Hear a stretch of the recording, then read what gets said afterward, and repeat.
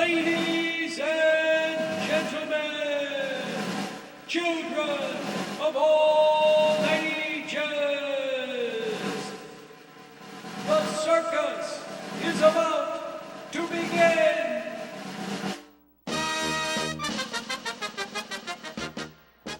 Dolly Jacobs, known to circus audiences throughout the world as the Queen of the Air, has dazzled audiences with her death-defying act high above the circus floor. In a similar manner, Pedro Reis, as a member of one of Europe's most exciting aerial acts and as a soloist, has kept audiences at the edge of their seats in anticipation as he performed high above the floor without a net. Together, they have helped keep the circus alive in Sarasota. Dolly Jean Jacob was born to circus royalty in Circus City, USA, Sarasota, Florida, on January 26, 1957. Her mother was a famous New York model, Jean Rockwell. Her father, Ludwig Jacob, was one of the most famous clowns in the world and a star on the Ringling Brothers Circus, Lou Jacobs.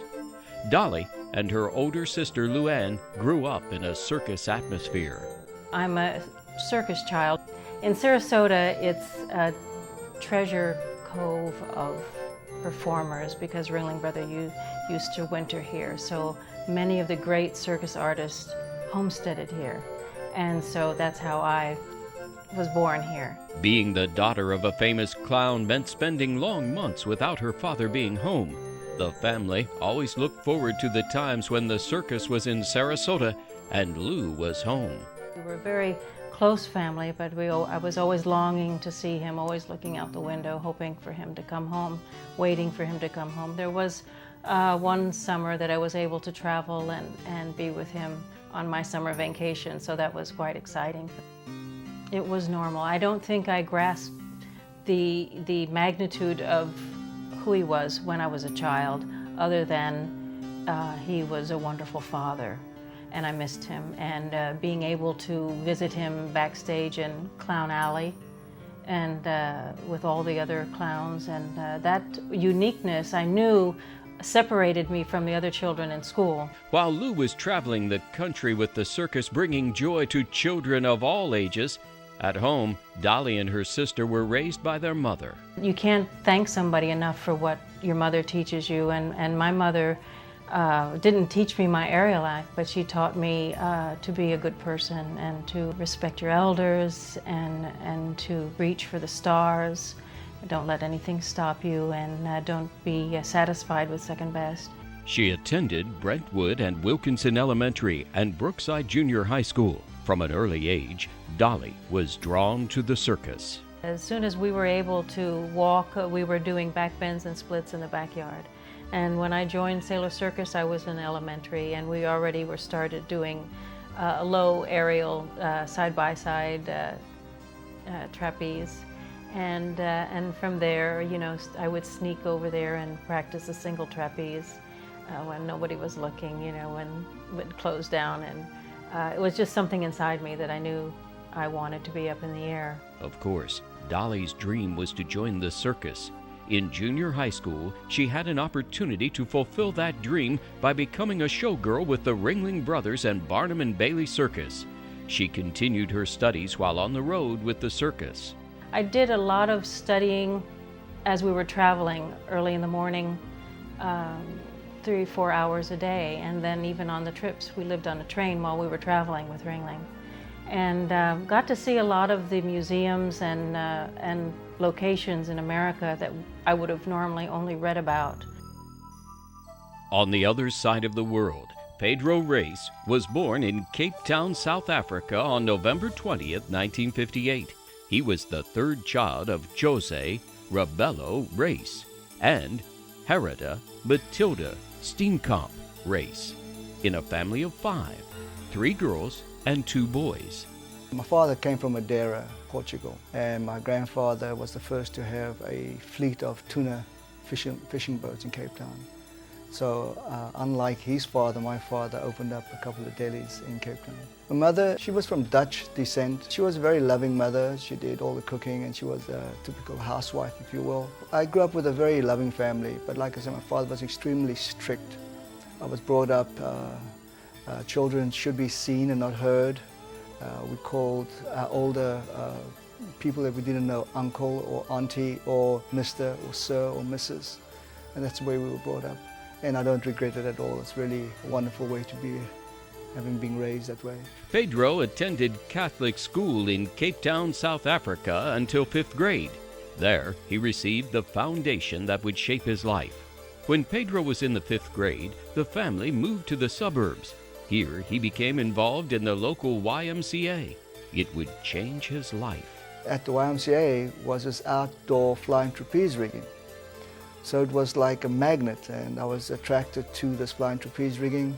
This huge net, a trampoline, and this just looked like too much fun to keep me away from.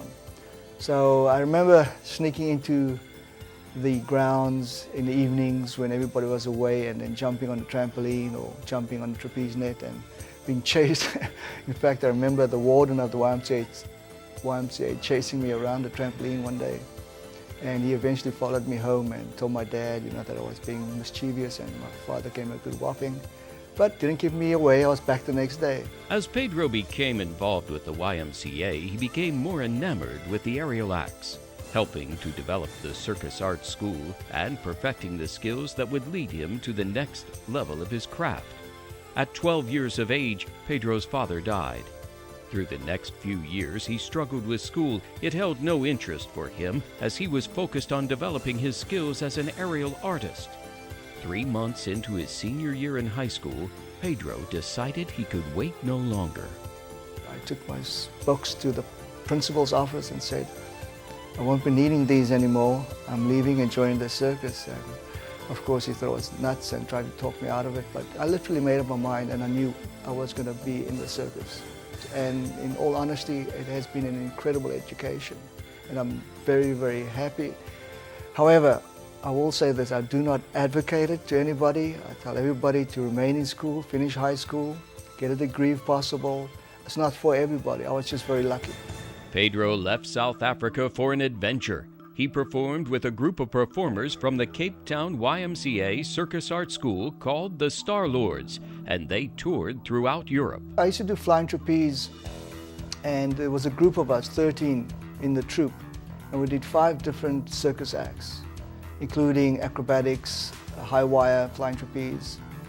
And after 4 years, we decided to disband the act, that we would go our own ways. In 1982, Pedro and 4 of his fellow performers established the Survivors, a thrilling aerialist act that toured throughout Europe. The Survivors were comprised of 4 of the troupe Pedro had been working with. They decided to recreate an act that had not been performed for many years. The original performers, the Rudry brothers, had stopped performing the act when the stress of performing such a high-risk act became too much. And we saw this video of this act called the Clarence, and it was a very famous act, but unfortunately 2 of his partners got killed doing this particular act. And we thought, wow, this is something that we should do. And we recreated the act. So it was a great adventure.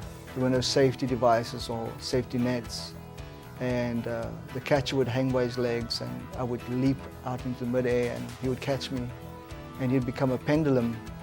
And using his body as the pendulum, I'd do front somersaults and pirouettes, and so would my partners. While performing in Switzerland in 1984, Irving and Kenneth Feld, then owners of the Ringling Brothers Circus, came to watch their act. The troupe was offered a contract with the greatest show on earth. For Pedro, it was a dream come true. I think at that time, and probably today, everybody in the circus business in Europe wanted to come to America and join Ringling Brothers Barnum and Bailey Circus. It was one of the pinnacles of any circus artist's life and career.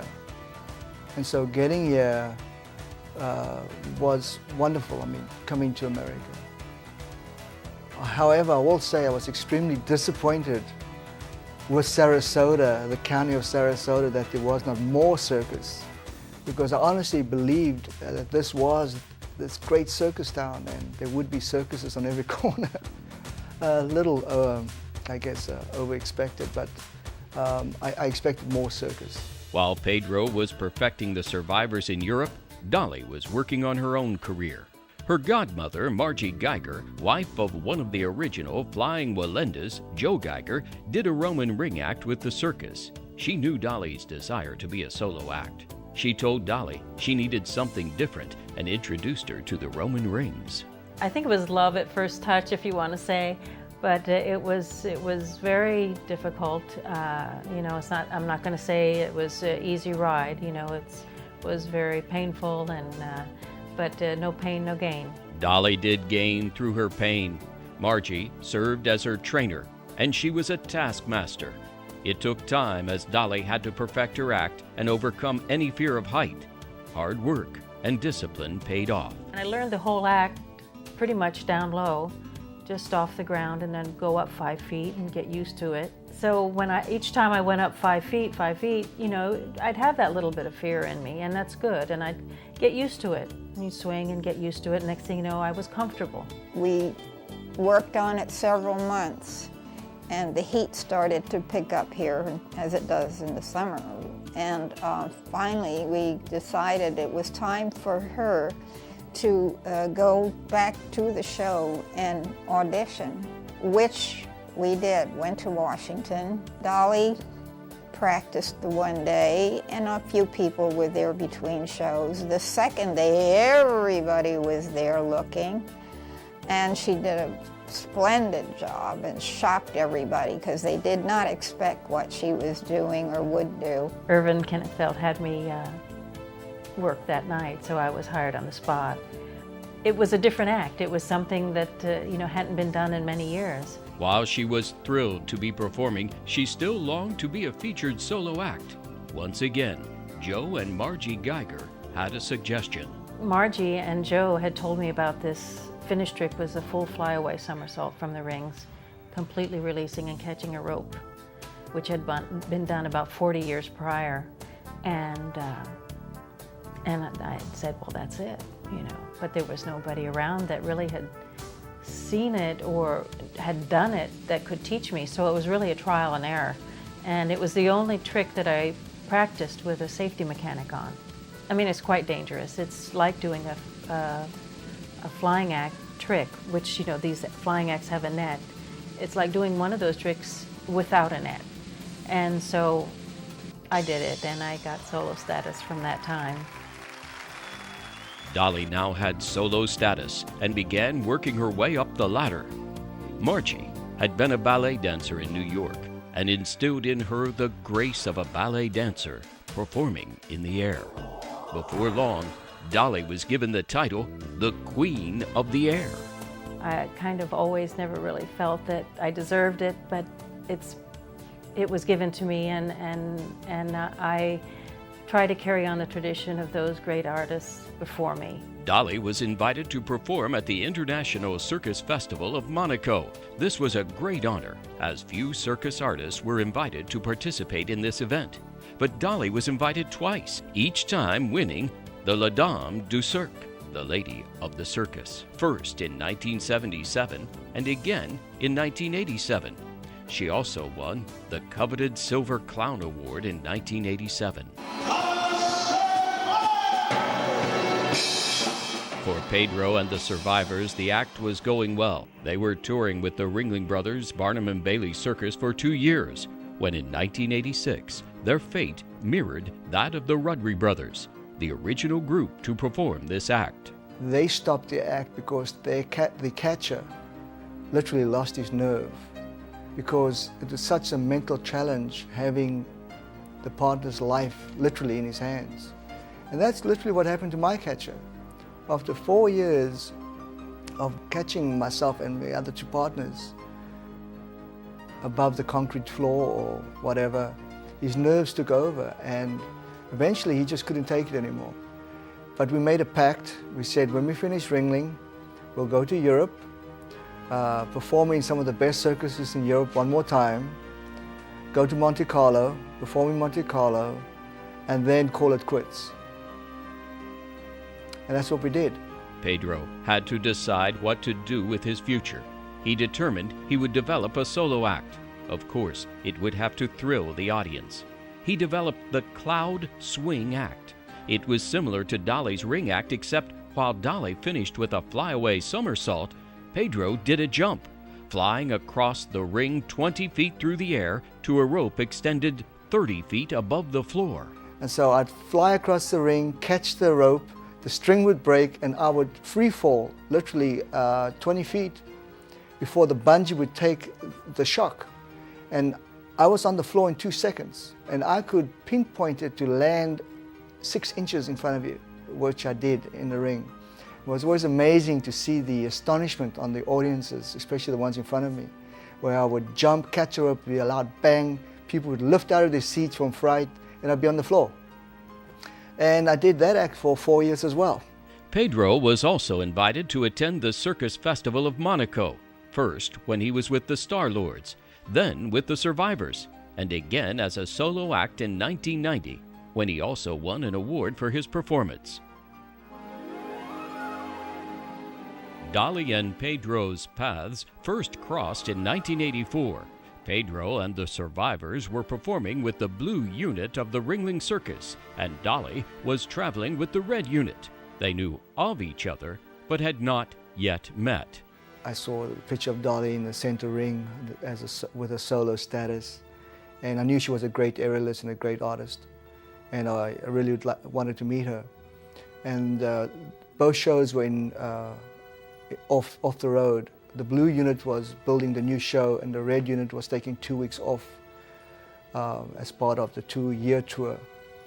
And we got together, a group of us went out to a club one evening on a day off, and Dolly was there, and I said to a friend of mine, another aerialist, Mark David, to introduce me to Dolly. And that was our first encounter, first time we met. I had heard about Pedro's act, The Survivors, and I was very impressed. And there was something, I don't know, there's something about somebody doing something so unique and so dangerous that impressed me. The two continued to develop their careers. Dolly left the Ringling the following year and secured a contract with the Big Apple Circus. In 1986, she was practicing her act at Sailor Circus. Pedro was also there, practicing his act. They began a romance that grew into admiration, respect, and love. They continued with their solo acts, dating when they could. On July 4th, 1990, Pedro was scheduled to perform his act in New York. Dolly flew up to see him, and Pedro proposed. 2 days later, Pedro took to the wire to perform his act before a sellout crowd. All was going well, but unknown to Pedro, a crew member had failed to properly fix the rigging. So I jumped, flew across the ring, caught the rope, and on my way down, I was preparing to land, and the next thing I know, I still had the rope in my hand. I was laying on my back. My brain said, there's something wrong. My feet said, there's definitely something wrong. Because I'd shattered both my ankles and my lower extremities. Basically, the bones had exploded. Luckily, he had boots on because it was able to, keep it clean. But I had to hold him so that his legs didn't touch each other, And it was a terrible time. And I remember standing in the parking lot of the hospital, and in the parking lot I could hear him screaming when they were pulling his leg. And it just broke my heart. And then the doctor came out and told me that don't get your hopes up for an artificial ankle, because it's no such thing. I had surgery the next day. My right ankle was later fused, and they gave me a chance to see if the bone would heal and in my left ankle, which I'm happy to say it did, so that I didn't have my left ankle fused. But that's the chances we take. Pedro was determined to come back. With Dolly's help, he worked long and hard and endured a painful rehabilitation. After a few years of rehabilitation, Pedro was ready to try the act again. It was in the same hall that the Flying Wallendas did their famous 7-man pyramid for the first time After their fateful accident, under the watchful eyes of a nervous audience, Pedro took to the rope and performed his act. But it was my little challenge. And I did it. I did the show. I had the contract. We were there for about 10 days. But the passion and the flame for what I was doing that particular act had gone out. And I knew then that, I recreated the act. I did it. Didn't lose my nerve, and that was fine with me. And I literally rolled the rope up and put it in the suitcase and said, that's okay, next. While they put their marriage plans on hold, by 1994, they determined they needed to be together and created an act combining both their talents. They called it On Wings of Love. And we came up with the idea that wouldn't it be great if we actually did a pas de deux with the straps instead of just a soloist, a male soloist. And we brought in Guy Caron from, who was the original artistic director for Cirque du Soleil, to help us because, again, we knew that the two of us going to knock heads, and we needed a third party to actually be the mirror. And then we also brought in Jean Leger, who was at one time the artistic director for the Winnipeg Ballet, and he was a choreographer. So he helped us, and we created a balletic feel to the act that we did. Dolly and Pedro toured internationally on Wings of Love for 2 years. Earlier, during his convalescence period, Pedro had begun to think about what he could do to enhance and preserve the circus traditions. He thought of 2 things. One, he wanted to start a youth circus school called the National Circus School of Performing Arts. It would offer year-round educational programs. And second, he wanted to start Circus Sarasota, an intimate European-style circus with a single ring showcasing each performer's artistry. In effort to raise interest and funding, Pedro and Dolly decided to put on a circus in Sarasota. We formed a board. I had a launching board for the National Circus School of Performing Arts. And this Russian tent that was up in Orlando became available. And Dolly and I decided that we were going to purchase this tent, and somehow this had to be our tent so that we could make the dream and the vision tangible to everybody. That first year, they learned a difficult but valuable lesson. With no money, no budget, no marketing experience, we thought that if we put the tent up and put on a circus, they will come. They didn't. A true lesson in life to know it's not just location, it's also marketing and advertising. And we put on an incredible show, Friday, Saturday and Sundays. And the artists worked for a stipend, really. They really knew what we were trying to create a great circus of the highest level here in Sarasota that could continue the legacy that was started here by the Ringlings. Those early days were a struggle. Pedro worked long, hard hours for the circus for no pay. Dolly took a job at Busch Gardens in order to pay the performers. Eventually, they had to sell their tent in order to keep the show alive. Today, they rent a tent for the performances, but look forward to the day they will again own their own big top. Their hard work, sacrifice, and endurance has paid off, as a decade later, they are continuing to grow. Sarasota has a very rich circus history, one that very few cities can claim. It's my heritage, and I'm so very, very proud of it. We're here to preserve our history and to honor the circus greats of the past that paved the way for us. Dolly and Pedro have not only brought the legacy of circus back to life in Sarasota, which is Circus City, USA, but they have elevated it to a much higher plane. It is their intention, I believe, to put circus in the same category as ballet and opera. It is an art form and should be treated as such. And so they take it to the next level, and they are after excellence in their art. They have brought circus back to Sarasota, where it should be. While Circus Sarasota has now entered its second decade and made its mark as a part of the cultural and entertainment center of Sarasota, the school is still a dream to be fulfilled. It's hard for a school to support itself. It's easier to create positive cash flow by selling tickets to a performance.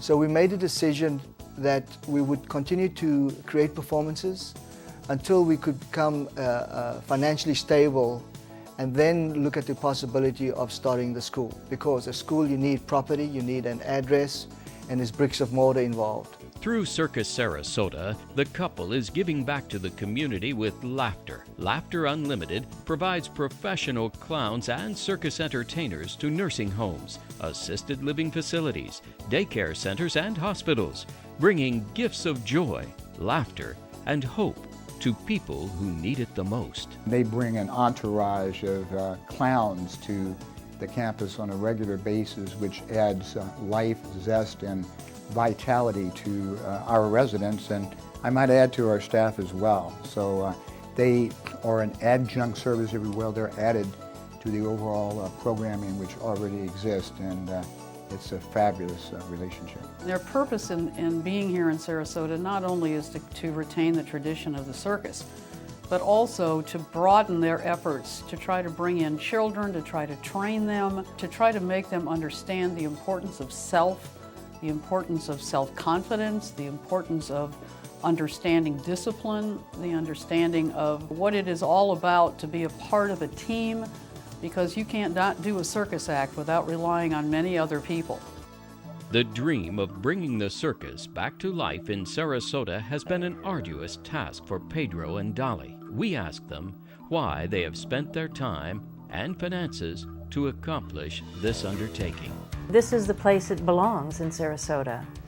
And a lot of our friends that perform in Europe and such, you know, there's a void there, and this is why we started Circus Sarasota here. It's my heritage, and I feel very passionately about preserving my heritage and honoring those great performers of the past that paved the way for us, and to not let people forget about them and about what they did and their achievements, what they did. Circus Sarasota is my passion. I want to see it succeed. It is my baby, and it has matured. It surely has. It's fantastic to see people come to the show. Last year we had 35,000 people see the show under the big top. And another great thing about it is that it's truly a family entertainment. And what's wonderful about it is that grandparents come with their children, and their children, the parents, come with their children. And we strive that it's not just for the children, it's family entertainment. So when we give away tickets to families, so that mom, pop, and the kids can sit down together and create a memory that's everlasting. So they might leave the circus, and at home the next day, the kid might say, "Wow, do you remember the guy in the high wire?" And a month later, the daughter might say, "Do you remember the clown?" And the parents, a year later, will say, "Do you remember when we went to the circus? Let's go again." And that's what it's about.